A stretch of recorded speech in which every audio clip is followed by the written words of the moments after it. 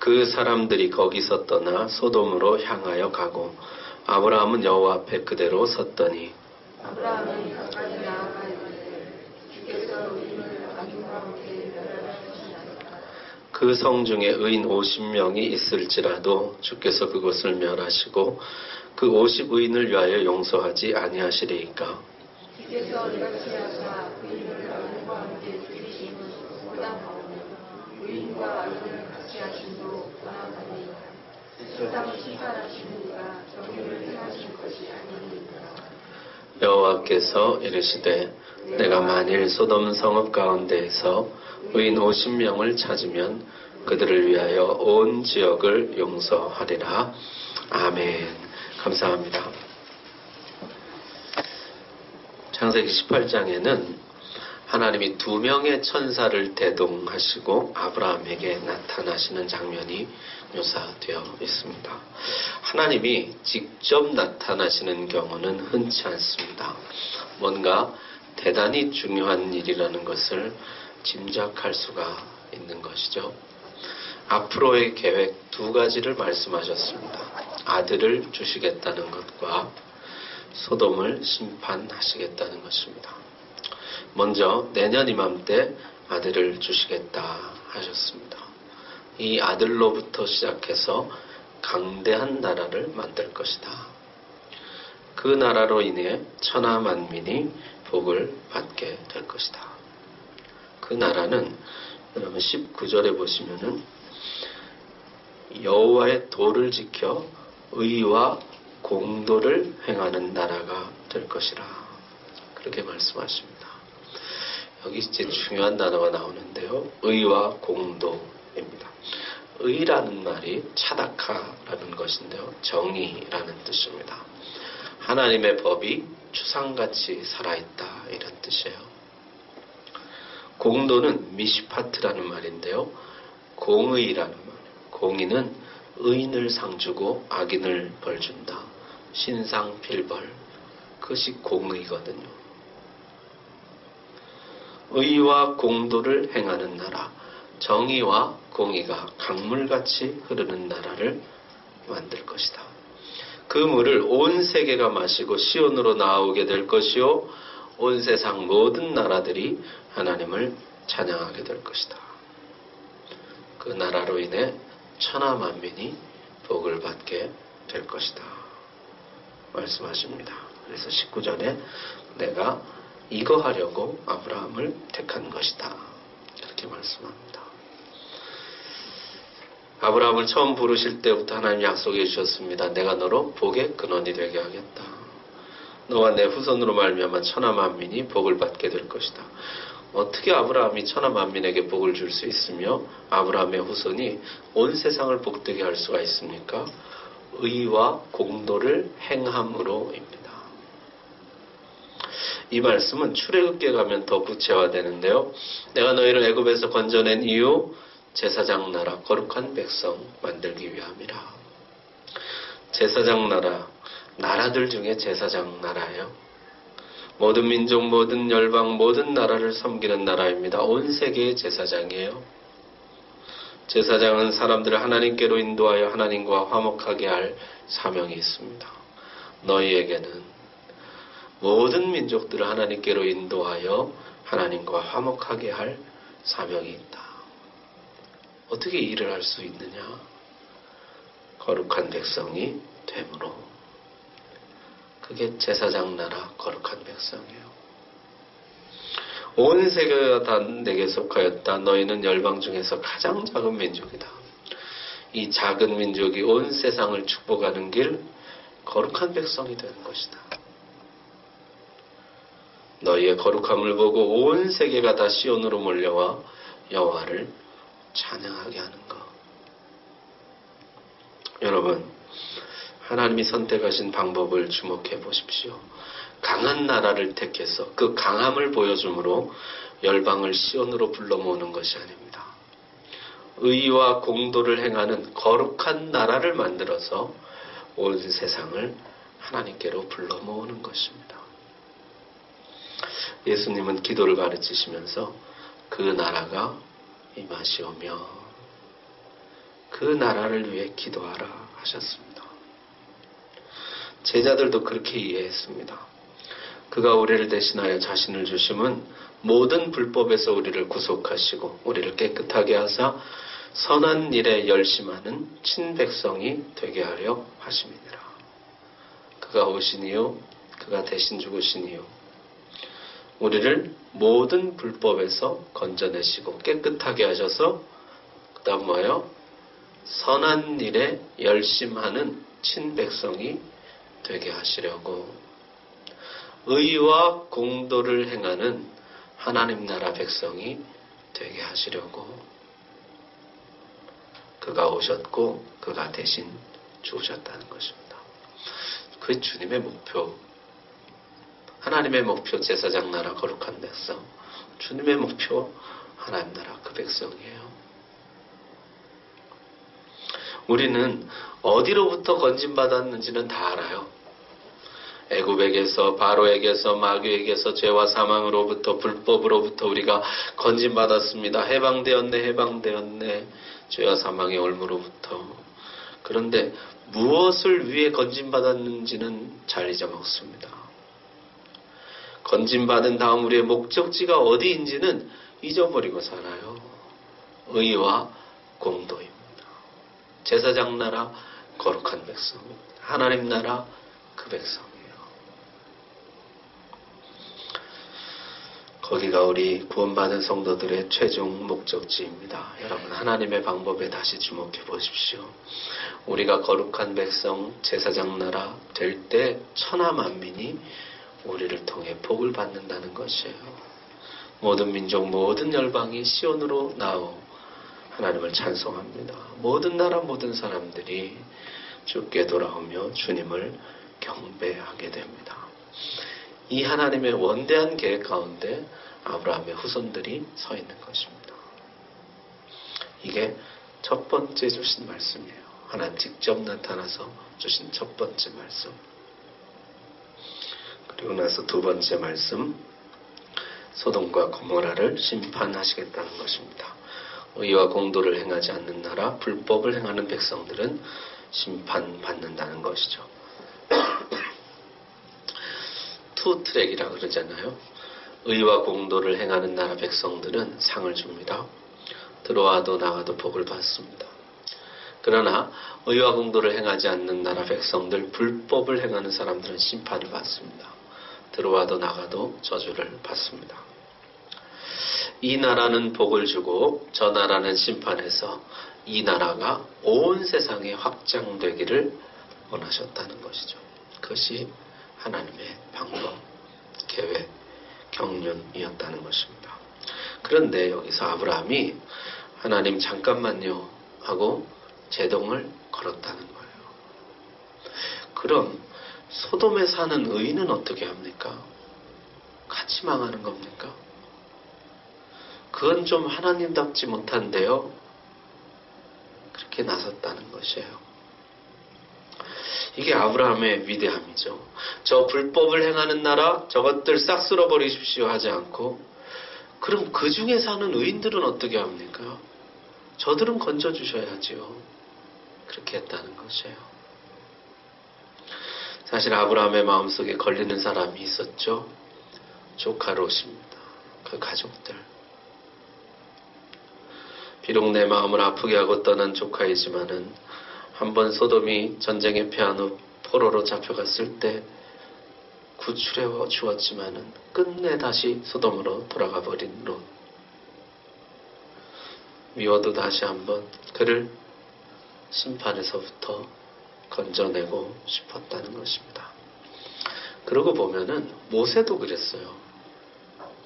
하나님이 금송아지 만든 이 백성 내가 다 멸하겠다 그러시니까 모세가 제동을 걸고 나섰습니다. 많이 거역하고 고통과 아픔을 주었지만은, 심지어 돌을 들어 모세를 치려고 했지만은, 그래도 내 형제, 내 민족입니다. 모세가 막아섰다는 거예요. 바울도 그랬습니다. 매 맞고 돌로 맞고 감옥에 갇히고 여러 번 죽음의 위협을 받았지만, 그래도 내 동족, 내 형제 구원해 주옵소서. 내가 그리스도에게서 끊어질지언정 저들을 버리지 말아 주옵소서 했다는 것이요. 하나님은 어떠셨을까요? 이것들이 감히 하셨을까요? 그때마다 하나님은 다 들어주셨습니다. 롯을 건져주셨어요. 정말 억지로 끌어내다시피 해서 건져주셨습니다. 광야의 백성들도 용서하시고 구름 기둥이 다시 돌아왔어요. 유대인들도 그 충만한 수가 돌아오게 될 것이라 약속해 주셨습니다. 여기 특이한 장면이 있어요. 여러분, 우리 읽은 22절 말씀 보십시오. 그 사람들이 거기서 떠나 소돔으로 향하여 가고 아브라함은 여호와 앞에 그대로 섰더니, 심판을 말씀하신 후에 내가 이제 소돔 멸한다 그래 놓고 두 천사는 소돔으로 갔는데 여호와는 그대로 서 계셨다는 거예요. 왜 같이 안 가시고 거기 아브라함 앞에 남아 계셨을까요? 거기 남아 계시면서 아브라함과 대화가 시작되고 거기서부터 이제 반전이 시작되거든요. 그러고 보면 모세 때도 그래요. 금송아지 만들었잖아요. 심판이 목적이라면 그냥 심판해버리면 그만이에요. 근데 모세에게 말씀하세요. 내가 심판할 거야. 그걸 기다리세요. 바울에게도 그렇죠. 너는 이방인의 사도야. 이방인을 위해 택한 나의 그릇이야. 이 백성은 이제 그만 잊어. 그러고는 한편으로 유대인의 충만한 수가 돌아오게 될 것이라는 약속을 계속해서 주시는 것이에요. 하나님의 본심이 무엇일까요? 소돔과 고모라를 위한 기도, 금송아지 만든 백성들을 위한 기도, 끝내 메시아를 거절한 유대인들을 향한 기도. 나중에 이스라엘이 망할 때 하나님이 이렇게 탄식합니다. 이 성을 위하여 이 땅을 위하여 성을 쌓으며 성 무너진 데를 막아서서 나로 하여금 멸하지 못하게 할 사람을 내가 그 가운데에서 찾다가 찾지 못하였으므로 내가 내 분노를 그들 위에 쏟으며 내 진노의 불로 멸하여 그들 행위대로 그들 머리에 보응하였느니라. 주 여호와의 말씀이니라. 누가 좀 이 심판을 막아설 사람이 없나 하나님이 찾고 찾으셨다는 것입니다. 그 옛날 아브라함처럼 모세처럼 한 번만 이 백성을 용서해달라고 막아서는 사람을 찾다가 못 찾으셨다는 것이에요. 여러분, 이 세상이 너무 악하다고 느끼실 때, 하나님의 심판이 임박했다고 깨달으실 때 하나님의 이 본심을 기억하십시오. 심판 이전에 저들을 구원하기 원하는 하나님의 마음. 누군가 막아서서 이 백성을 좀 용서해달라고 하나님 앞에 부르짖는 사람을 찾고 찾으시는 하나님의 마음. 그 본심. 그것을 우리 기억합시다. 그리고 우리도 아브라함처럼 모세처럼 바울처럼 막아섭시다. 용서해달라고 간구합시다. 이 백성 용서해달라고.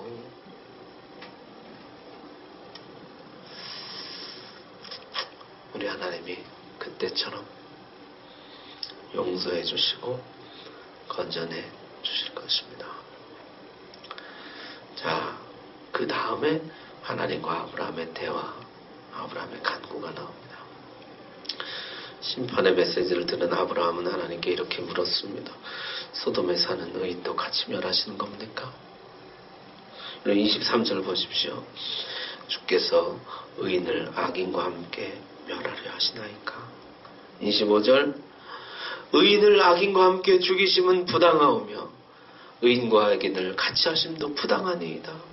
세상을 심판하시는 이가 정의를 행하실 것이 아니니까.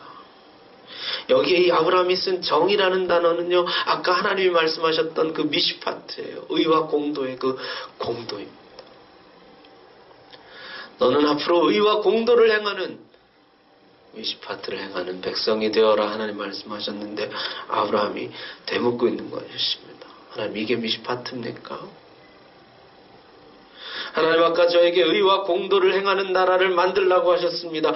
그런데 왜 하나님은 의와 공도로 심판하지 않으시는 것입니까? 의인을 악인과 구별하지 않고 같이 멸하시는 것이 의와 공도입니까? 그건 부당합니다. 그건 의가 아닙니다. 그건 공도가 아닙니다. 과도한 심판입니다. 막 따지는 것이에요. 대담합니다. 아브라함이 그냥 어떻게 이렇게 하나님 앞에 대담하게 22절 보시면은 아브라함은 여호와 앞에 그대로 섰더니 이렇게 번역해 놨잖아요. 성경이요 여러 사본을 사해사본, 군난사본 이런 여러 사본을 비교 분석해서 원문을 정하는데 22절에는요 필사자의 교정이라는 주석을 달아놓고 있습니다. 무슨 말이냐면은 이게 원래 원문에는요 여호와는 아브라함 앞에 서 있었다 이렇게 돼 있었어요. 그런데 여호와가 아브라함 앞에 서 있다니 이게 너무 불경스럽다 느껴지다 보니까 필사자 옮겨 적는 사람이 그걸 바꿔서 적었어요.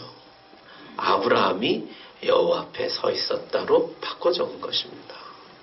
그래놓고 옆에다가 필사자의 교정 이렇게 써놨다는 것이에요. 성경에 그런 곳이 18곳이 있는데 22절이 그 중에 하나입니다. 그러니까 원문 그대로 하면요. 필사자가 교정하기 전에 원래 문장 그대로 하면 여호와가 아브라함 앞에 서 있었다는 것이에요.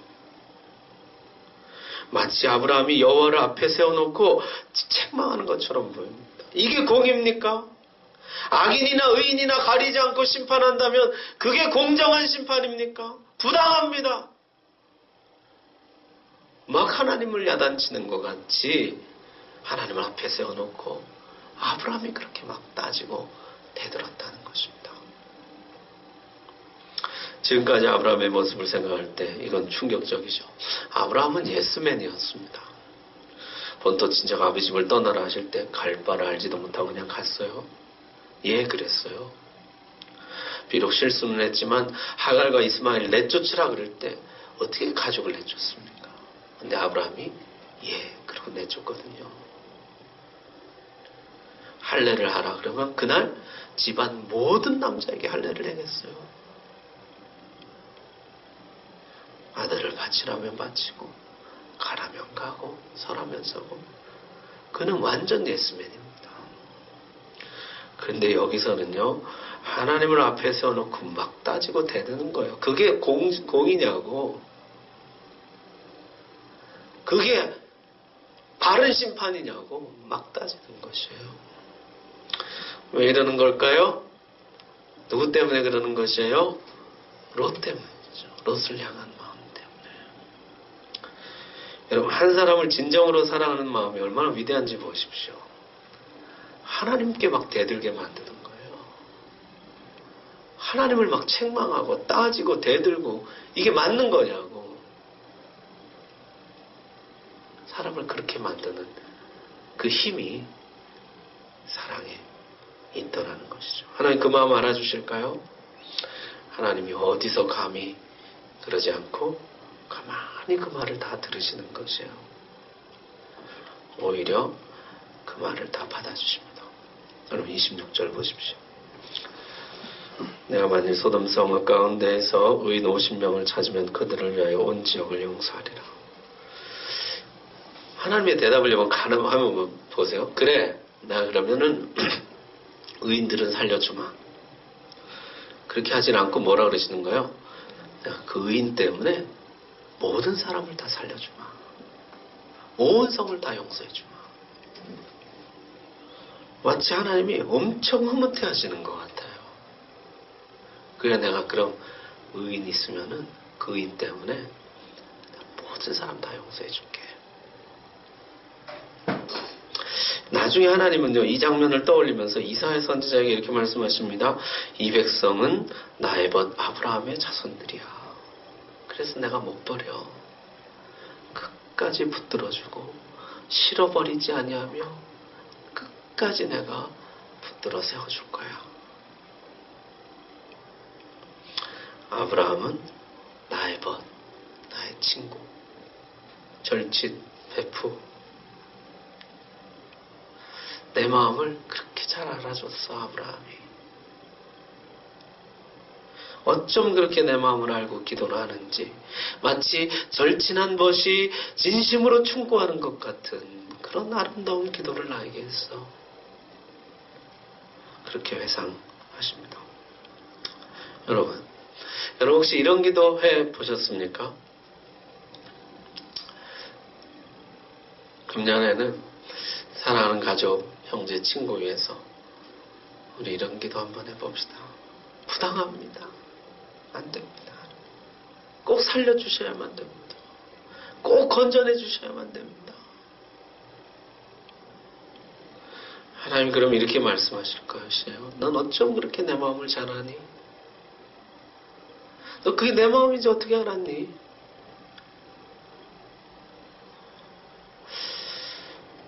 재밌는 것은요, 창세기를 시작하면서 12장부터 아브라함의 이야기가 나오잖아요. 아브라함이 기도하는 장면이 여기서 처음 등장합니다. 지금까지 일도 많고 탈도 많았지만은 아브라함의 기도하는 모습은 나오지 않아요. 여기서 이제 처음으로 기도를 시작합니다. 롯을 살리기 위해서 거기서부터 기도를 배우게 되었다는 것이죠. 우리도 그래요. 기도를 언제 배웁니까? 야, 기도 좀 배워볼까? 그렇게 배워지는 게 아니에요. 진심 어린 사랑, 거기서부터 이제 기도를 배우는 거거든요. 내 안에 한 사람을 진심으로 사랑하잖아요. 그러면 거기서부터 기도가 나오는 것이에요. 그 사람을 구원해달라고, 꼭 건져내달라고, 회복해달라고, 거기서부터 진실한 기도가 나오고 기도가 자라가는 것입니다. 자, 그런데요, 그 다음에 아브라함의 태도가 좀 달라집니다. 지금까지 엄청 흥분하고 분개하고 날뛰다가 아브라함이 그래, 의인 50명 있으면 내가 원성을 다 용서해주마 그러시니까 슬슬 걱정이 되기 시작하는 거예요. 의인 50명 없으면 어쩌지? 이번에는 꼬리를 내리고 바싹 엎드립니다. 아브라함이 거기에 하나님 앞에 반복해 기도하는데요. 나는 티끌이나 재와 같사오나 감히 주께 아뢰나이다. 내 주여 노하지 마옵시고 말씀하게 없어서 내가 감히 내 주께 아뢰나이다. 주는 노하지 마옵소서. 내가 이번만 더 아뢰리이다. 50명에서 45명, 40명, 30명, 20명, 10명까지 애원도 그런 애원이 없습니다. 여러분, 이스라엘이 숫자를 세는 단위를 보면요, 이제 출애굽기 가면은 나오지만 1000부장, 100부장, 50부장, 10부장이거든요. 무리의 최소 단위가 10이에요. 10명, 의인 10명이라는 것은요, 최소한의 의인이라는 뜻입니다. 최소한의 의인이 있다면 그 의인 때문에 내가 이 성 전체, 이 백성 전체를 용서하리라 약속해 주셨습니다. 나중에 이 최소한의 의인 숫자는 1명으로 줄어듭니다. 너희는 예루살렘 거리로 빨리 다니며 그 넓은 거리에서 찾아보고 왔라. 너희가 만일 정의를 행하며 진리를 구하는 자를 한 사람이라도 찾으면 내가 이 성읍을 용서하리라. 의인이 그렇게 없었다는 것이에요. 여러분, 소돔과 고모라에 최소한의 의인 10명이 있었습니까? 찾으셨을까요? 예루살렘에 의인 1명 있었을까요? 없었습니다. 결국 소돔도 망하고 예루살렘도 망합니다. 최소한의 의인만 있으면 온 성을 용서하겠다 하셨어요. 의인 1명만 있으면 모든 백성들 용서하겠다 하셨습니다. 그런데 의인 1명이 없는 거죠. 성경이 이렇게 선언합니다. 의인은 없나니 하나도 없다. 그렇게 선언하고, 그래서 너희는 멸망, 소망이 없다. 그렇게 끝나지를 않고 성경이 그러나 여기 복된 소식이 있다. 의인 1명이 나왔다는 것이에요. 모든 백성이 용서받을 수 있는 의인한 사람, 완전한 의인이 나왔다. 그게 누구입니까? 예수 그리스도. 그 의인 한 명 때문에 온 백성이 용서받게 될 것이라. 이 이야기는 이렇게 끝납니다. 33절에 여호와께서 아브라함과 말씀을 마치시고 가시니 아브라함도 자기 곳으로 돌아갔더라. 이 대화를 마치고 아브라함은 집으로 돌아갔다는 거예요. 우리 같으면 얼른 롯에게 가서 알려줄 것 같은데요. 피하라고. 근데 아브라함은 집으로 돌아갔다는 거예요. 하나님의 본심을 확인했습니다. 하나님의 본심이 심판이 아니라 구원이라는 것을 확인했어요. 멀리서나마 완전한 의인을 통해서 온 백성이 용서받을 것을 확인하였습니다. 그는 집으로 돌아갔다. 하나님은 나중에 아브라함의 믿음대로 롯을 그 멸망 중에서 건져냈습니다. 롯이 의로웠기 때문이 아니라 19장 29절에 보니까 아브라함 기도 때문에 하나님 롯을 건져주셨다. 그렇게 말씀합니다. 이 장면은 성경에서 아주 오랫동안 회자됩니다. 한 영혼을 너무나 사랑해서 심지어 여호와 하나님을 호통친 아브라함, 하나님께 대담한 충언을 드린 아브라함, 그 무례하기 짝이 없는 요구를 기꺼이 들어주셨던 하나님, 또한 아까의 그 당당함은 온데간데 없이 하나님 바지가랑이를 잡고 늘어지면서 5명만 깎아달라고, 10명만 줄여달라고, 내가 이번만 더 말하리이다. 티끌 같은 나라도 주여 노하지 마옵소서. 간절하게 매달려서 최소한의 의인, 그 의인으로 온 백성 용서받으리라는 약속을 얻었던 아브라함, 그 간구를 외면하지 않고 기뻐하셨던 하나님, 좋으신 하나님. 여러분, 이 이야기는 주님 오실 때까지 우리 성도들 사이에 영원히 회자될 것입니다. 하나님 앞에 간구하는 이 사랑, 이 진심, 하나님 결코 외면하지 않으신다. 말씀 마칩니다. 아브라함은 복의 근원이 될 것이라는 약속을 받았습니다. 어떻게 복의 근원이 되느냐? 첫째, 의와 공도를 행함으로입니다. 정의와 공의를 행하는 사람이 될 때 많은 사람들이 여호와께 돌아오게 됩니다. 시온으로 몰려와서 하나님을 찬송하게 됩니다. 두 번째는 기도함으로입니다. 불의와 불법을 행하는 사람들, 저들을 구원할 수 있는 최소한의 의인한 사람, 그 한 사람의 의인을 통해 저들이 다 구원받도록, 용서받도록 저들을 위해 기도함으로 저들에게 복이 될 수가 있는 것이죠. 구원받은 열방이 주께 돌아와 주님께 경배를 바치게 된다는 것입니다. 여러분, 금년 한 해는 우리 의와 공도를 해가며 삽시다. 또한 기도하며 삽시다. 우리 주변에 불의와 불법 가운데 사는 우리와 똑같은 죄인들, 우리와 똑같이 의인한 사람이 필요한 저들을 위해 기도합시다.